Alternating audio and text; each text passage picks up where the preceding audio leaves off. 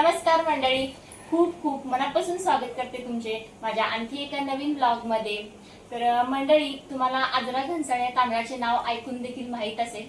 तर हा जो तांदूळ आहे, हा तांदूळ प्रामुख्याने महाराष्ट्रातील कोल्हापूर जिल्ह्यामधील आजरा तालुक्यात पिकवला जातो। तर आम्ही आता गावावरून येताना हा तांदूळ घेऊन आलोय। हा तांदूळ ना चवीला खूप म्हणजे छान लागतो आणि याचा मेन म्हणजे सुगंध येतो या तांदळाचा। हे बघा, आणि हा जो तांदूळ आहे ना, तो हा पूर्ण अनपॉलिश आहे। म्हणजे आपण जे डीमार्टचे वगैरे तांदूळ घेतो बाहेर विकत, तर ते पॉलिश केलेले असतात। तर हा तांदूळ ना पूर्ण अनपॉलिश आहे, गावच्या मिल मध्ये म्हणजे बनवलेला। आणि हा असा ऑर्गॅनिक पद्धतीने तांदूळ पिकवला जातो आजरा तालुक्यामध्ये। हा आजरा तालुक्यामध्ये पिकवला जाणारा अतिशय सुप्रसिद्ध तांदूळ आहे।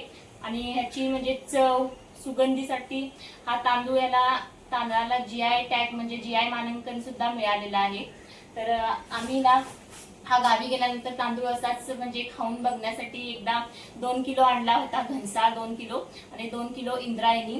तर मुलांना हा घनसाळ जो तांदूळ आहे तो खूप आवडला। इंद्रायणी इतका काही फारसा आवडला नाही, पण हा घनसाळ खूप आवडला। तर त्यानंतर आम्ही पुन्हा एकदा गावी गेल्यानंतर 5 किलो आणला। तर आता ह्यावेळी गेल्यानंतर आम्ही ही अशी 10 किलोची गोणीच आणली।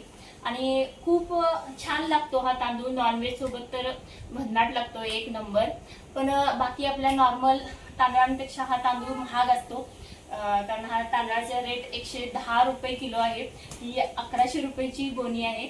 पण जरी महाग असला तरी हा तांदूळ म्हणजे कसा म्हणजे ऑर्गॅनिक पद्धतीने पिकवलेला आहे, तेवढाच म्हणजे आरोग्यासाठी सुद्धा चांगला आहे। मेन म्हणजे हा पचायला खूप हलका आहे तांदूळ, त्यामुळेच म्हणजे याचे जे आरोग्यासाठी जे गुणधर्म आहेत ते सुद्धा चांगले आहेत। आणि लहान मुलांसाठी, वयस्कर लोकांसाठी हा पचायला खूप चांगला आहे तांदूळ। तर चला, व्हिडिओ आवडला तर व्हिडिओला एक लाईक आणि चॅनलला सबस्क्राईब करा। भेटूया आणखी एखाद्या सुंदर व्हिडिओ मध्ये।